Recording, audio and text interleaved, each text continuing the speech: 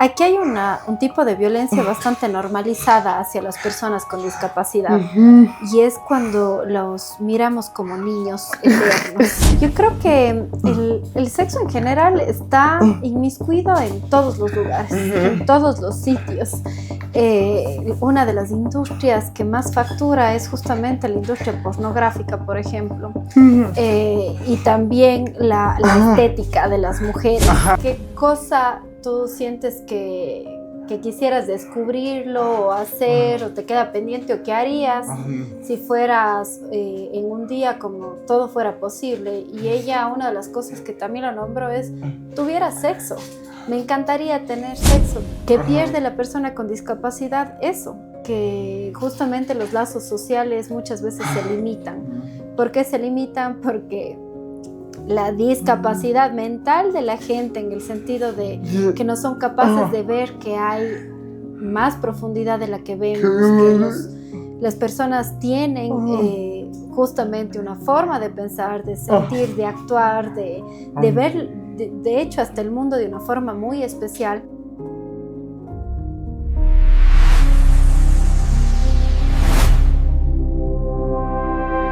¿Qué más, amigos y amigas? Bienvenido a otro podcast. Esta vez con un tema muy picante. Esta vez con un tema muy picante. Para hablar de esto, Para hablar de esto, tengo como invitada a una eminencia. Psicólogo. Ella es psicóloga, youtuber.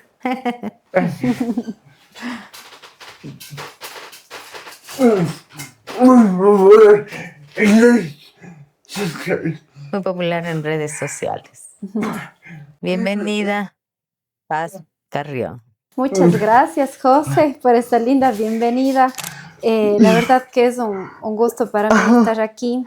Ya nos habíamos prometido este tiempo, esta cita y este tema también, que creo que es tan importante hablarlo. Un poquito yo desde la psicología, porque creo que aquí los principales que deben tener voz es justamente tú y quienes se identifican contigo, quienes viven esta realidad. Pero espero poder estar a la altura de hablarlo, poder ser respetuosa, prudente, pero a su vez poder hablar de la verdad, que creo que eso es lo que más necesitamos. ¿Cuál es este tema?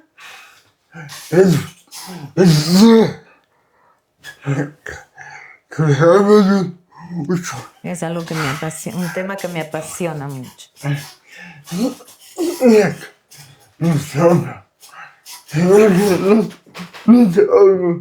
Y que lastimosamente no se habla. Hablaremos de la sexualidad. Más o menos. ¿Qué es la sexualidad? Pregunta José, ¿qué es la sexualidad? Muchas personas confunden el término de sexualidad con genitalidad. La genitalidad es esta forma de obtener placer en el cuerpo a través de nuestras zonas erógenas. Pero la sexualidad comprende todo lo que involucra al ser humano, que son sus pensamientos, sus sentimientos, la forma en cómo se identifica como sujeto, porque aquí también entra mucho la identidad de género, qué es lo que te atrae, qué no te atrae. Y algo que me dio mucha curiosidad que decías de esto, me apasiona. Yo siento que justamente te apasiona porque eres un sujeto lleno de deseo. Desde el psicoanálisis hablamos siempre de que a mayor deseo es mejor donde nuestra sexualidad está. Generalmente yo veo en consulta, que yo soy terapeuta de pareja, y es que muchos pacientes cuando caen en una depresión, por ejemplo, dejan de desear. dejan de desear a sus parejas, su libido baja, la forma en cómo se ven baja definitivamente, dejan de verse al espejo, dejan de cuidar su imagen, porque justamente hay una caída del deseo. Entonces, hablar de sexualidad es también hablar de un impulso de vida, de una pulsión que está recorriendo al ser humano indistintamente a todos, a algunos más, a otros menos, porque también estamos atravesados por historias, por formas de crianza, por cultura, por qué te dijeron cuando eras niño o cuando eras niña sobre el sexo, esa primera vez que encontraste esa palabrita y que te dabas cuenta de que cuando la gente hablaba en secreto, hablaba, te daba más, como más ganas de saber, porque decían, ¿por qué tanto secreto? ¿Por qué tanto drama, tanto tener esto oculto, ¿no? Y a mí me apasiona esto porque en el psicoanálisis decimos que lo más prohibido es lo que causa más deseo.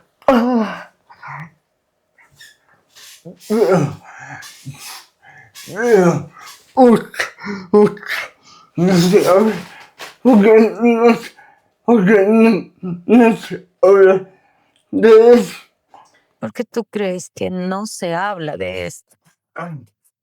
Yo creo que el sexo en general está inmiscuido en todos los lugares, en todos los sitios.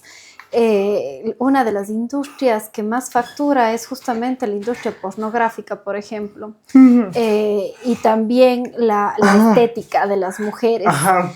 Porque justamente a las mujeres se nos ha vendido esta idea de que tenemos que tener un cuerpo que genere deseo ante el otro.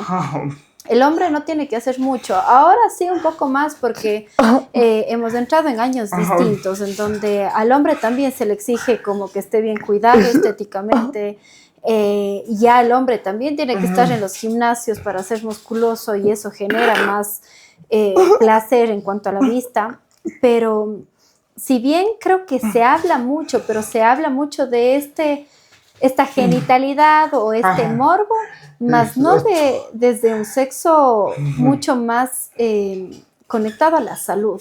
Porque hay personas que de verdad sienten que esto es prohibido de hablarlo, que debes sentir culpa, que debes sentir vergüenza, cuando el sexo es salud. Quien puede estar bien con su pareja y tener una vida sexual buena, definitivamente es una pareja que se enferma muy poco. El sexo está encargado de generar mucha dopamina, oxitocina, neurotransmisores que nos ayudan a estar bien y no hay nada más sublime en el mundo que un orgasmo. De eso justamente es donde venimos, ¿no? Entonces creo que es una sociedad que tiene que reprimirlo por salud, porque es mejor tener a esto de forma represiva y esto está muy conectado desde el psicoanálisis, sabemos al Edipo. Y es ese momento en cuando somos chiquititos que nos enamoramos de nuestro papá o de nuestra mamá. ¿Y qué es lo que hay que hacer para que tengas un psiquismo sano y bueno? Tú tienes que llegar a reprimir esas emociones. Entonces, como ya entiendes que hay que reprimir tus impulsos, ¿por qué? Porque también cuando estás en esta etapa de exploración que tienen los niños de 5 años, tú si le ves a tu hijo que está en su autoexploración, en su masturbación, no le vas a decir, mi vida no es lo más saludable, hazlo cuando tú quieras y en el espacio que sea. Porque sabemos que esto es un espacio íntimo, que no debería estar señalado como algo malo, pero que muchos papás se alarman porque definitivamente no sabes cómo afrontar esto que es verle a tu hijo sabiendo que está descubriendo que tiene un cuerpo que desea y un cuerpo que puede sentir placer. Entonces, yo creo que por eso también es parte de nuestra cultura el hecho de que tenemos que reprimir porque imprimirnos nuestros impulsos nos ayuda a vivir en sociedad. Pero definitivamente creo que exageramos en la represión y esto se llega a volver un tema muy tabú, un tema que casi la gente no lo habla, que genera ciertas incomodidades. Depende de las familias en las que cada uno nace y la cultura en la que uno nace, pero que es justamente a mayor deseo, mayor prohibición. Qué interesante. Qué interesante. Muy bien.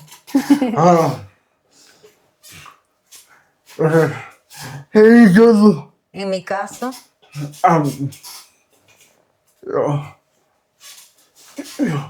Yo siempre tuve. Yo siempre tuve. Siempre supe que me gustaban las mujeres. Siempre supe que me gustaban las mujeres. Desde chiquito. ¿Ya?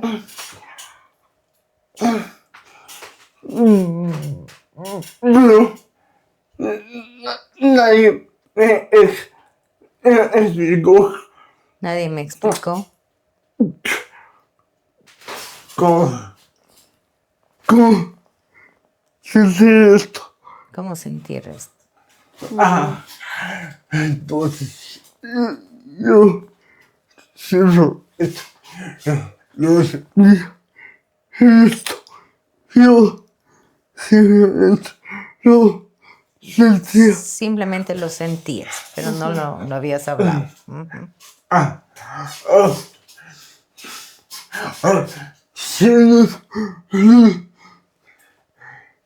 Ciertas personas.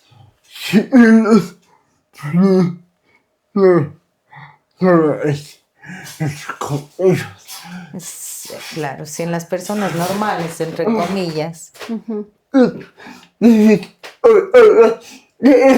es difícil hablar de esto, ni se diga en el caso de las personas con discapacidad. Uf. Es que creo que aquí hay un tema y que bueno que hayan estos espacios, José, porque aquí hay un tipo de violencia bastante normalizada hacia las personas con discapacidad y es cuando los miramos como niños eternos. Que pensamos justamente que dentro de la discapacidad que cada persona lo esté viviendo, simplemente y de forma mágica fueron quitados y despojados de su propio deseo. Y que simplemente se les prohíbe como pensar que pudieran desear.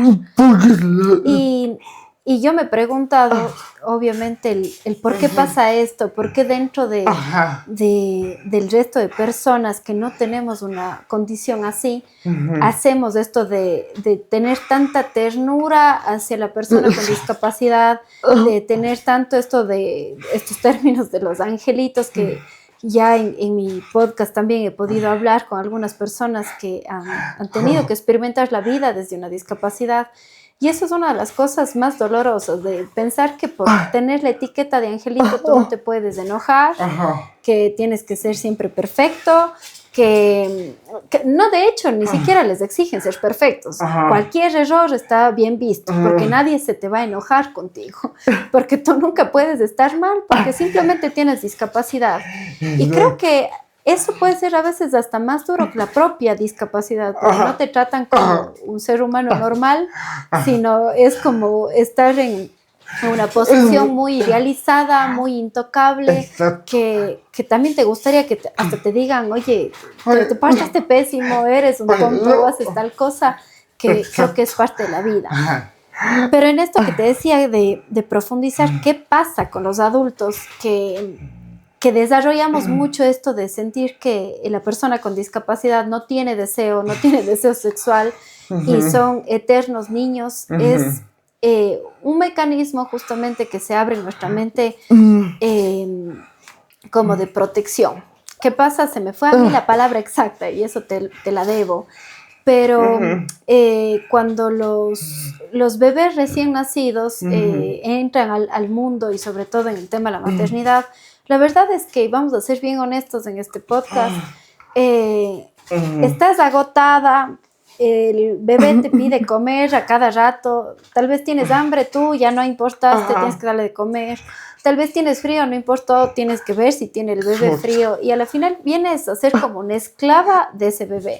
Pero el cerebro humano es tan inteligente y la mente es tan noble que surge en nosotros, es la palabra que les debo, pero es un mecanismo de justamente endulzarnos mucho con esa ternura, porque hace que tú no quieras botarle al bebé del 5º piso porque estás tan agobiado de la falta de sueño, de la falta de todo, porque llegas a estar en segundo plano, pero eso hace que tú quieras cuidarlo. El bebé no hace nada por ti, no te da una sonrisa, no te da una palabra, no te da un gracias, no te da nada, pero nosotros idealizamos su primera sonrisa, idealizamos esa cara de ternura. Si tú subes, yo por ejemplo que creo contenido, subes imágenes de bebés o de mascotas, es imposible no quedarte viendo, y más si es que es un cachorrito, por ejemplo. ¿Por qué? Porque el cachorrito te crea ternura y hace que tú quieras cuidarle.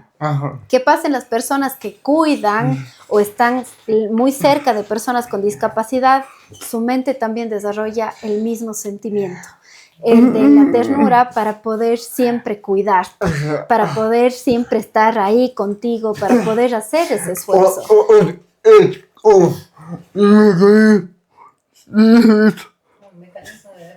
Exactamente, es un mecanismo de supervivencia, de hecho, porque es para poder ayudar a la persona con discapacidad a seguir viviendo a través de la ternura que eso me provoca.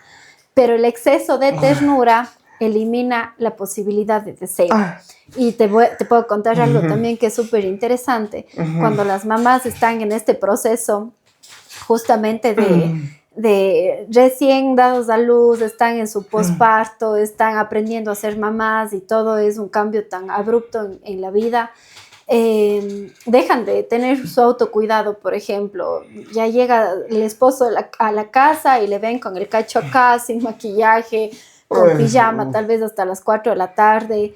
Y claro, el esposo está ahí y dice, sí, que ternura que me da verte como mamá, pero una mamá, por las condiciones que te contaba antes del Edipo, que nosotros tenemos que reprimir porque no podemos desear a nuestros padres, no causa deseo. Nadie quiere estar con una mamá. Todos queremos estar con una mujer o un hombre, no tu papá.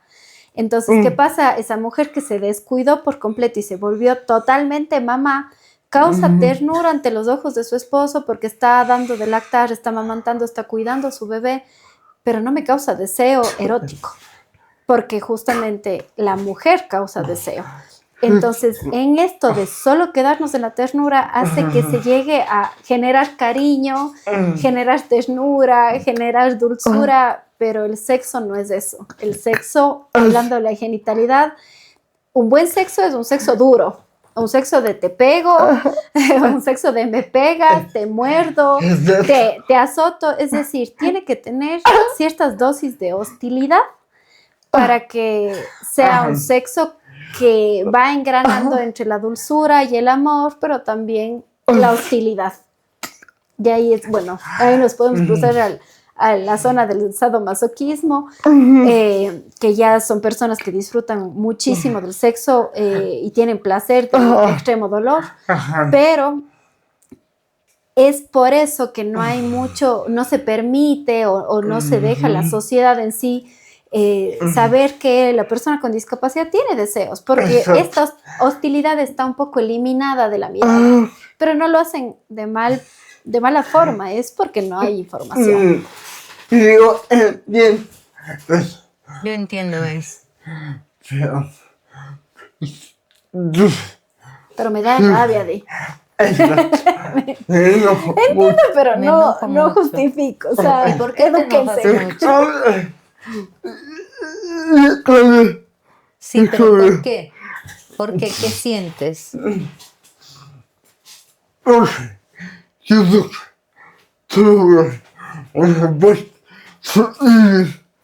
Siento que solo ven una parte de mí.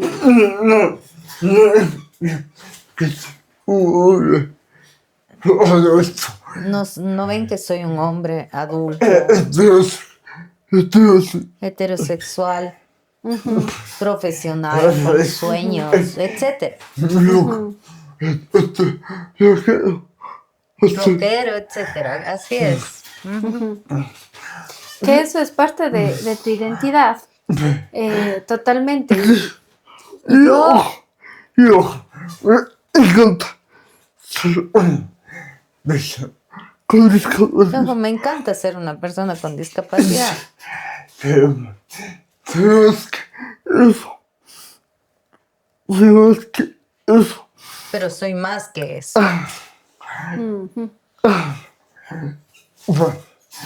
Vamos a hacer una dinámica. Vamos a hacer una dinámica. Ok. ¿Cuál es? Mito o verdad. Ajá. ¿Ya? Ok. Muy bien. Diga.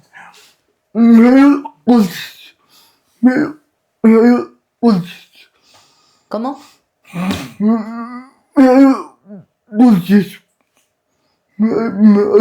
¿Te ayudo? Ya, yo ya.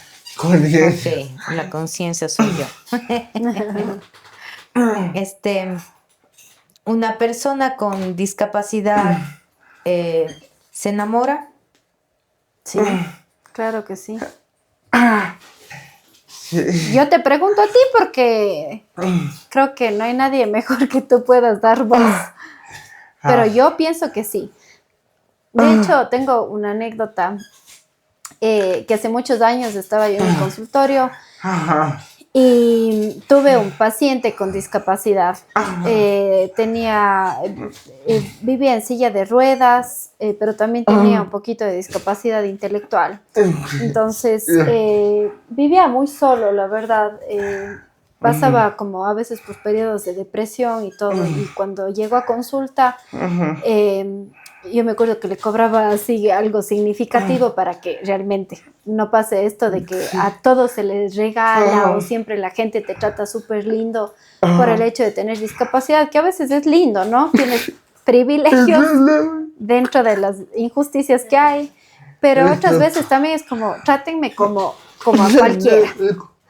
Y en esto él llegaba, bueno, me contaba, y siento que yo era la única persona que le escuchaba. Tuvimos, no sé, unas 7, 8 sesiones y a la 9ª me trajo un poema. Un poema súper lindo, pero con eso tuve que terminar justamente la terapia, porque esto es parte de la ética del psicólogo y si es que uno se da cuenta de eso, pues no puede seguir. Y claro, después de eso hubo algunas llamadas, él decía que por favor no deje la terapia, que no me vuelva a dar poemas. Pero definitivamente sí pueden ellos sentir, y más si es que tienes una persona que te escucha, que se interesa por quién eres. Aquí fue desde un lugar muy terapéutico, pero en el fondo lo que él buscaba también en su vida era que alguien le escuche de esa forma, ¿no? Otro mito, ¿el amor de la familia es suficiente? No. Creería que yo. No. ¿Vos qué dices, vos? No.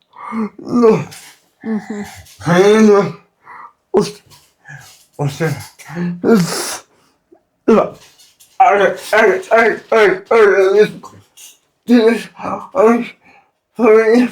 Agradezco tener mi familia. No es suficiente. No es suficiente. Si es que, a ver,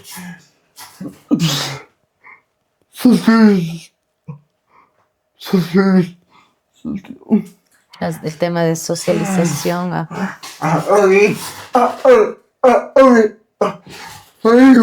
amigos, pasiones y parejas. Claro. Es que somos en eso totalmente parecidos. Creo que tenemos los mismos anhelos, los mismos sueños. Habrá personas que digan, yo en este mundo no quiero tener una relación porque soy feliz solo o sola, que está bien si es que es una elección.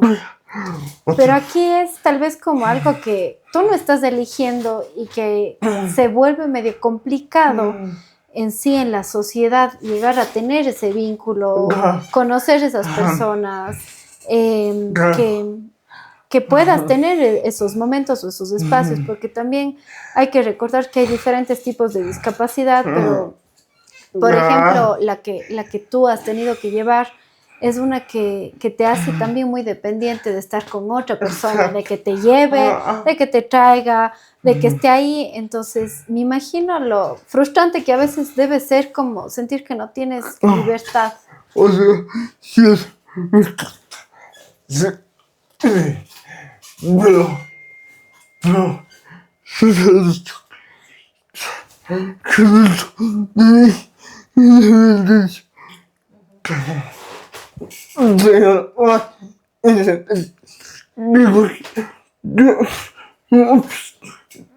Dice, dentro de mi discapacidad y mi dependencia, creo que tengo más independencia que muchas personas que conozco, que no necesariamente tienen discapacidad. De verdad, ¿como qué, por ejemplo? Bueno, Libertad de pensamiento, Sí. de ideología, de opinión. Uh-huh. Sí. Yo pienso contigo. ¿Perdón? Yo pienso contigo. Yo pienso como quiero. Elección también. Yo elijo lo que quiero en mi vida. Yo elijo lo que quiero para mi vida. Y eso. Ahora. Y creo que ahora eso es muy difícil de encontrar. Te iba a decir, José, que tienes más libertad que las mujeres de Irak, porque ellas, imagínate lo que es no poder mostrar ninguna parte de tu cuerpo. Yo, desde mis filosofadas psicoanalíticas, digo a lo que ellas están sometidas, porque primero que hay un uso del poder desde una forma muy tirana de hacerlo, y recuerden lo que les he dicho varias veces, que lo prohibido causa más deseo. Entonces, ¿cómo pueden esos hombres desear a estas mujeres que están tan tapadas? Se vuelve cada vez una cosa más lujosa de poder ver, porque de hecho el mundo entero, cuando ve a una mujer con todos sus trajes y sus velos, siempre te preguntas qué está detrás del velo. Y es por eso que los regalos se envuelven, porque justamente como no se dejan ver, causa más deseo de imaginarte qué pueda tener adentro. Y el hecho de que hoy estén prohibidas de andar solas, de poder hablar, de estudiar, de trabajar, no pueden cantar, no pueden juntarse más de dos mujeres. No. ¿Qué prefieres? ¿Ser una mujer de Irak o vivir, José, en tu vida?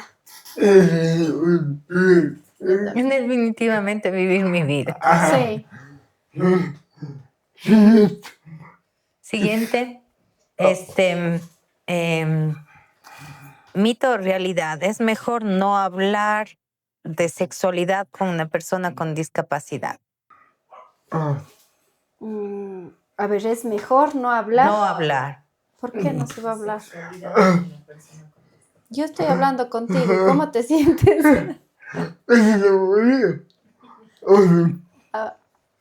Yo, de hecho, esa fue una de las preguntas que hice a Kate. No sé si viste el episodio de ella, pero una de las preguntas que le dije como, ¿qué cosa tú sientes que quisieras descubrirlo o hacer o te queda pendiente o qué harías si fueras en un día como todo fuera posible? Y ella, una de las cosas que también lo nombró es, tuviera sexo. Me encantaría tener sexo porque... y ella sí ha podido tener una relación sexual, pero definitivamente dice cómo teniendo tantas posibilidades quienes podemos, hay muchas personas que no lo tienen, de hecho. Y te digo que esto es uno de los síntomas de la época.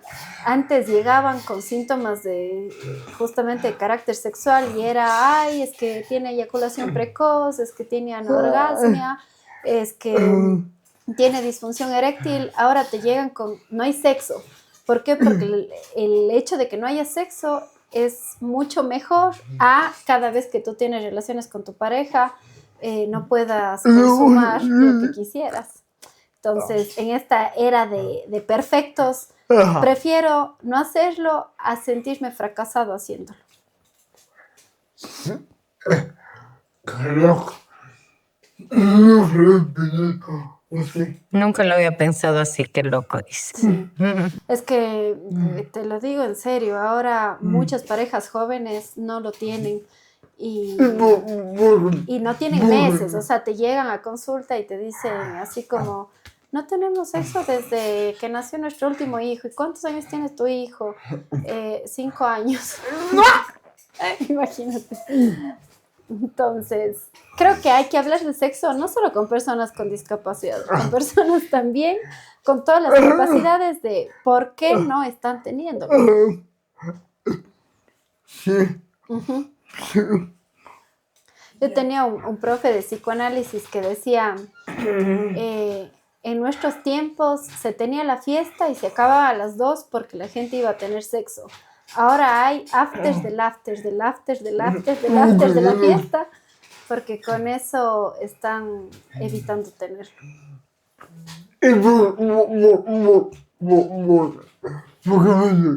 ¿Por qué pasa eso? ¿Por qué pasa eso? Por el daño que nos han hecho las redes sociales, la inteligencia artificial. Las mujeres no quieren que vean su cuerpo sin filtros, porque en el sexo te toca desnudarte y no hay filtro que arregle. Porque en el sexo tienes que encontrarte con el otro, con tus vulnerabilidades, con tus miedos, con tus inseguridades. Y eso el ser humano a veces lo evita, no a veces, lo está evitando. Entonces, ¿por qué el sexo este rato ya no está siendo tan recurrente como en los otros tiempos que también habían familias con 15 hijos o con 10 hijos y sabemos que había muchas relaciones sexuales ahí? Es justamente por eso, porque no hay... cada vez los seres humanos quieren ser menos vulnerables ante el otro, más perfectos, más estéticos, con muchísimas cirugías plásticas y eso ha hecho que se tenga menos sexo y mucha más masturbación, mucho más autoerotismo y de hecho mucho más consumo de pornografía. ¡Qué loco! Y en el caso de las personas con discapacidad, el hecho de no hablar, como José dice, yo tampoco lo hice con ninguno de mis hijos. La verdad, es difícil entender cuándo y cómo hacerlo, ¿no es cierto? Entonces, en ese sentido, me atrevo a hacer una consulta si tú pudieras dar un consejo a los padres, cuidadores, en este caso de personas con discapacidad, ¿cómo y cuándo abordar este tema? Si yo pudiera dar un consejo, la verdad que sería uno, en la adolescencia creería yo que el momento indicado tal vez es dentro de los 12 a 14 años, que es obvio que ellos ya saben qué es sexo, no es que se están enterando, pero creo que sí es importante que se enteren, a ver, primero ya desde cuando son niños y te vienen con la pregunta, hay que hablar. De ahí dar un montón de detalles, creería que no, porque hay que ir paulatinamente según el niño va creciendo y uno va entendiendo, porque también uno hay que conocer al hijo. Hay hijos que son mucho más infantiles a los 11 años, son mucho más niños y otros a los 11 años ya son mucho más hacia el adolescente. Pero sería como ir paulatinamente hablando de este tema. Y dos, lo que yo haría, y creo que lo voy a hacer con mis hijos, es que tal vez a los 12 o 14 años yo les daría una carta. Y les daría una carta sobre qué es para mí el sexo, que considero que lo es, cuándo estamos listos para hacerlo, qué cosas son importantes que ellos entiendan, porque algunos toman de, ya tuve la conversación del sexo de, verás mi vida, es cuando el pene entra dentro de la vagina y puede tener una eyaculación precoz y la mujer tiene un orgasmo. Y eso no es sexo. Yo viendo desde la parte terapéutica es cómo puedes tú tener un buen sexo, cuánto en realidad dura un sexo, cómo tú puedes saber hasta dónde llegar con tu pareja, cuándo sí, cuándo no, cuándo estás respetando el no de la otra persona, cómo saber si es que a la otra persona le gusta que toquen en ciertos lugares, qué se hace después del sexo, cómo no le idealizamos, porque para mí este rato los educadores sexuales son los actores pornográficos, porque es a través de la pornografía que creen que están aprendiendo el sexo.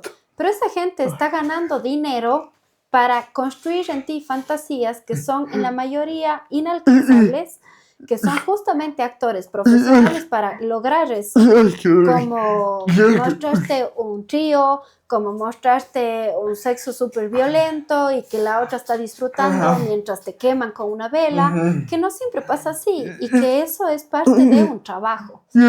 Entonces creo que es súper importante que la gente sepa que eso no es real.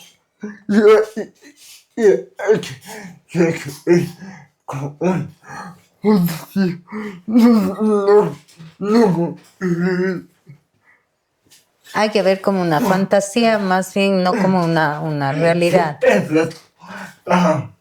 Sí, total. Sí, porque no sabemos la preparación antes de la película pornográfica que vamos a ver.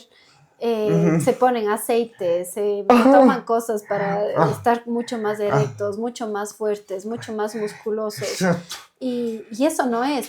Y el ser humano común y corriente ve eso y se siente muy chiquito o con muy cuerpo de niño cuando esa persona es el 1% o el 10% de la población y el 90% es un sexo mucho más natural, mucho más espontáneo, sin tantas cosas que le adornen detrás. Entonces yo creo que eso sí les contaría a mis hijos, que puedan ir experimentando. Y algo que para mí sí es claro es siempre estas charlas de sexualidad te hablan sobre el uso del condón, que es esencial y es muy importante hacerlo. Pero ¿y cuándo hablamos del uso del condón del corazón? Porque tú no sabes lo doloroso que puede ser tener tu primera vez en un contexto en el que tal vez estabas siendo obligada, presionada por tus padres porque ya era hora, porque te presionaba tu novio, porque te está pidiendo que le mandes una foto desnuda de ti. Yo eso por lo menos nunca lo haría, porque creo que pudiera ser el principio de exponer una intimidad que va a quedar para siempre registrada en algún sitio. Y si es que no es una persona madura de manejarlo, pues también puede arruinarte la vida. Entonces creo que esa sería la conversación que tenga con mis hijos. No sé si sería la correcta, pero es la que creo que podría servir.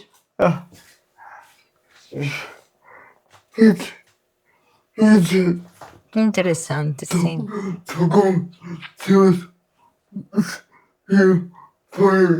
Hemos tocado temas bien polémicos. Y una cosa más en este tema, el José hizo en su tesis una investigación, un capítulo de su tesis se llama Angelitos, justamente. Y la verdad que fue espeluznante las cifras de abusos en personas con discapacidad. Entonces, también hablar con ellos especialmente con ellos, tal vez en ese sentido nada más, de estar alerta, de saber cómo actuar, cómo defenderse, porque es impactante, la verdad es impactante. Esas cifras, yo recuerdo que creo que no pude dormir 2 días al enterarme realmente cómo se daba el caso. Entonces, realmente están sujetos a muchísima vulnerabilidad, en donde hay que tener mucho cuidado de quién está cuidando de ellos, porque obviamente se aprovechan de diferentes formas, porque no siempre es como vemos el abuso desde la penetración. A veces es de te obligo a verme, te obligo a tocar, te obligo a hacer algo que tú no quieras. Y es justamente desde esa sumisión, porque también en la sexualidad está mucho esto de el poder que tiene la persona sobre el otro. Entonces hay estos diálogos que son parte de la sexualidad, y una sexualidad que puede ser como muy natural, muy buena y saludable también, no sé, esposos, por ejemplo, de dime si te puedo someter o cosas así, que tienen que ver con el poder, porque el poder también causa deseo. Por eso también tanta corrupción y tanta gente millonaria obsesionada con el poder, porque saben que con el dinero pueden obtener todo lo que quieren, pero hay algo que no pueden obtenerlo solo con dinero, que es poder.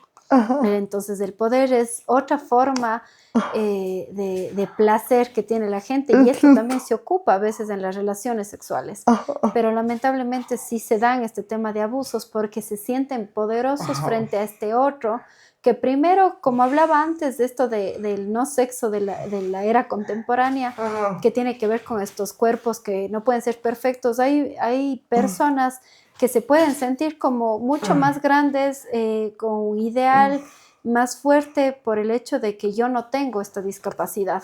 Entonces yo sé que frente a este otro, él me puede desear más, y es eso de lo que se regocijan y desde lo que hacen que su erotismo tenga mucho más placer.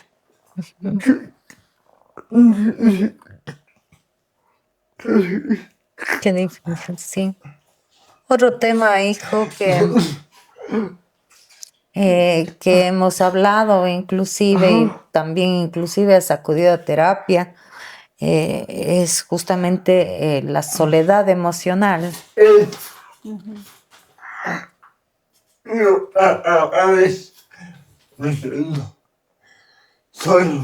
A veces me siento solo, Aunque yo oye, aunque tengo mi familia yo que me ama.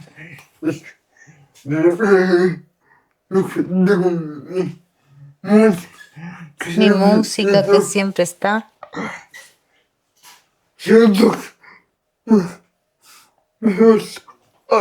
Siento que me falta algo.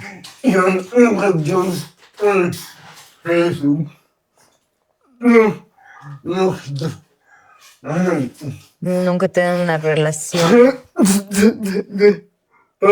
de pareja. ¿Nunca has tenido una relación de pareja? No. ¿Y crees que es porque, no sé, las personas que no tienen discapacidad no han dado chance de eso? O, por ejemplo, no alguien que pueda entenderte, digamos, desde tu lugar con discapacidad, si quisiera haber tenido una relación contigo. La verdad, no sé. No sé. ¿Qué es lo que te ha pasado? Ay. Yo sí.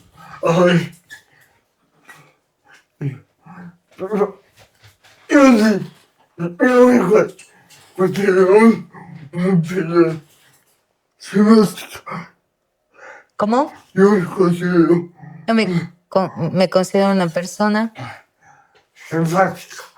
empática, Sí, simpática, perdón, empática. Y respetuosa. y respetuosa. Y voy a estar. No creo que no. Por lo tanto, nunca me han dicho que no, pero tampoco me han dicho que sí. Entonces queda un...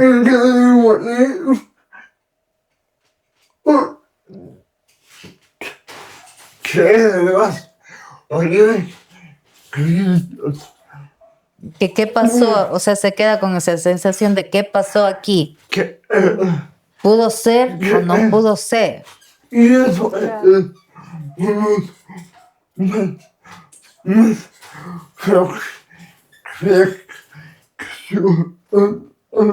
Que él cree que eso es más feo que recibir el sí o inclusive el no. Sí, no. Yo, ok, no necesito.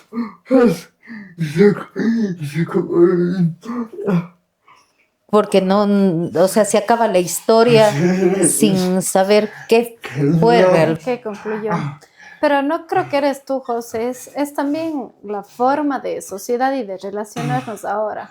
Esto del ghosting que se llama, que es cuando desapareces de una relación sin decir nada, Si no, le eliminas de redes sociales, le eliminas de un número, le bloqueas y nunca más vuelves a hablar. Es cada vez más común. Ni siquiera eso me pasa.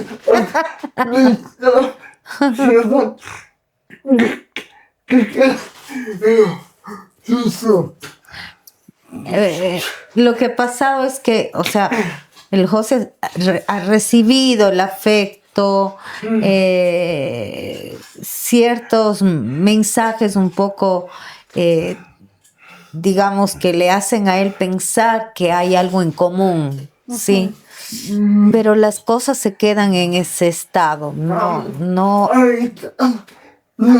como amistad, pero que él siente que no es solo amistad, o sea, no, eso es lo que él piensa. Y José, vos cuando hablas con alguien, ¿hablas tú directamente en el celular o usted le tiene que ayudar? Nosotros le ayudamos. Es que tal vez es de eso, porque no puede haber una relación solo del José con alguien, porque no, las circunstancias no hay la privacidad. No dan. Entonces, ¿cómo yo sé que al final estar con el José representa el estar con usted? Pues sí, es verdad, así es. Chucha, dice. Bien dicho. Se me salió. Sí, la verdad, el José es una persona dependiente, aunque independiente, y la verdad es algo muy claro que nosotros tenemos, que la inclusión contempla todos los ámbitos de la vida, ¿no es cierto? Entonces, nosotros estamos para acompañarle a él, para, digamos, cuidar de él, etcétera, pero él toma sus decisiones en todo sentido. Pero sabe que sería excelente y nunca está de más soñar. Como que tal vez en el futuro se pueda crear un tipo robot en donde puedas tú darle las órdenes para poder tener mayor independencia, en donde te ayuda a ser un traductor, donde te ayude a irte a algún lado, donde te ayude a manejar y todo, que ahí yo creo que sí pudiera haber como una forma de tener un vínculo ya mucho más de dos. Ya hay robots que hacen un montón, que tú puedas darle justamente la orden, y yo creo que para eso realmente traería muchísima dignidad a las personas con discapacidad que tienen que tener una persona que dependan. Que venga el robot y con la novia incluida. Y para el sexo le dices, a ver, dame tocando aquí.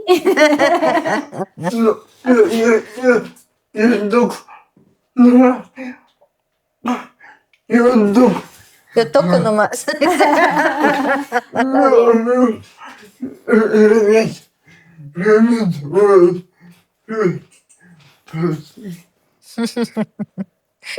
Sí, justamente el tema de la dignidad es algo con lo que queríamos nosotros como cerrar, ¿no es cierto?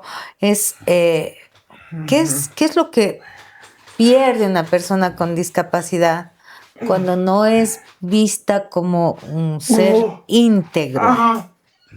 Y también qué pierde la sociedad cuando no nos permitimos recibir a una persona con discapacidad en todo su ser. Yo creo que no hay cosa más enriquecedora en la vida que las relaciones sociales.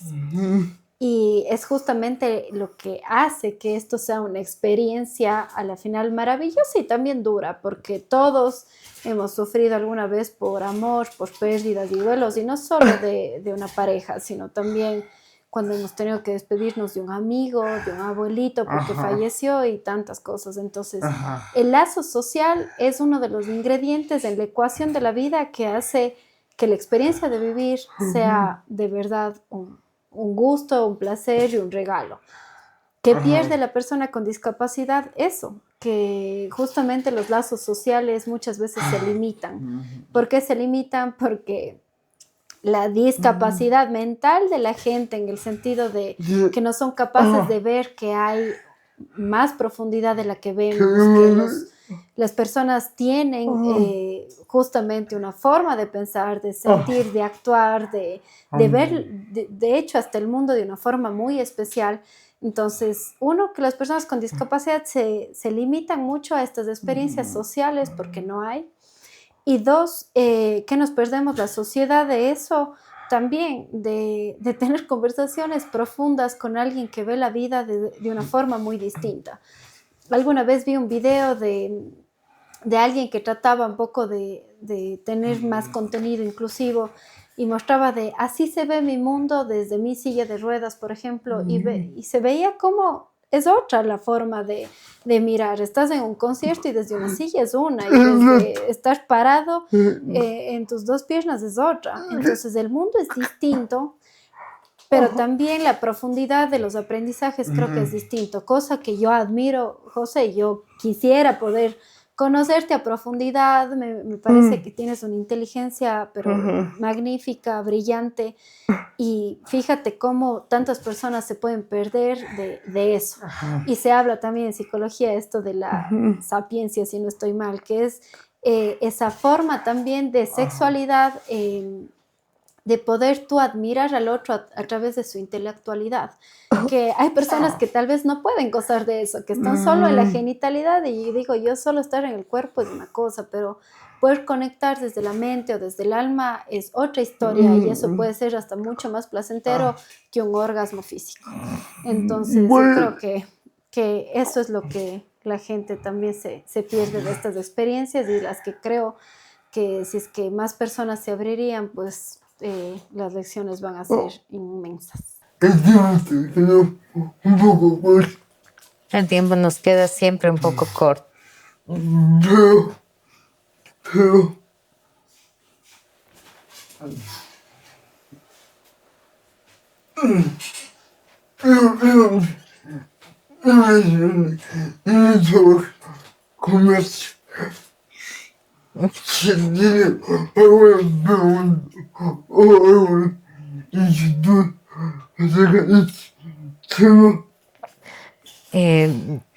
Si sobre esta conversación tienen ustedes alguna inquietud o pregunta,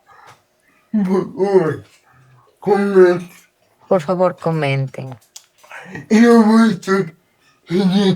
Voy a estar pendiente. Y creo que Paz también. Bueno, muchas gracias por venir. Gracias a ti, José, por invitar. Te admiro mucho. Es muy bueno. Lo que tú haces es muy bueno para la sociedad. Yo te admiro más, José. Gracias. Tal vez alguna frase para cerrar este tema, algo con lo que te quedes. Realmente espero que pueda llegar este episodio a muchas personas, que esto sea como una semillita para sembrar en las conciencias de qué es lo que cada uno puede hacer frente a hacer una sociedad mucho más inclusiva, que justamente la inclusión tiene que ver con incomodarnos cuando se trata de que otra persona evidentemente ya no tiene los mismos privilegios que uno, pero sí acomodarnos a que la otra persona pueda vivir una vida más normal, porque como todos tienen igual deseos, anhelos, sueños, y que nosotros podamos dar espacio para que esos sueños se den, creo que es lo más inclusivo que podamos hacer como seres humanos. Gracias, José, siempre por tu cariño. Yo también te admiro un montón, y de verdad espero que en la vida, y que aquí venga una futura novia que pueda desnudar tu alma y que pueda ver lo espectacular persona que eres, con tus angelitos, pero también con tus demonios. Así que muchas gracias. Gracias también. Sí, de mi parte, muchísimas gracias, Paz. Es un capítulo muy especial que José se ha guardado para que sea tratado de esta manera. Y sí, pues cuestionar esos prejuicios, ¿no es cierto? Para que todas las personas con discapacidad o no tienen derecho de amar, de ser amadas, reconocidas, tomar decisiones, equivocaciones y tener una vida con propósito y una realización plena. No, yo siempre he dicho que esto tengo que... Espero que este capítulo llegue a la audiencia que tiene que llegar. Así será.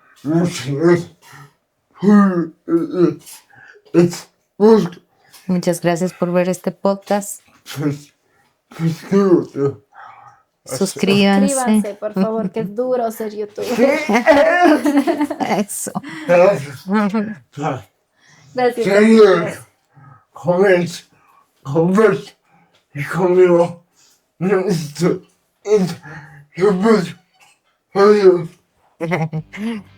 Suscríbanse, den like, compartan, comenten y conmigo nos vemos en el próximo podcast. Adiós. Adiós.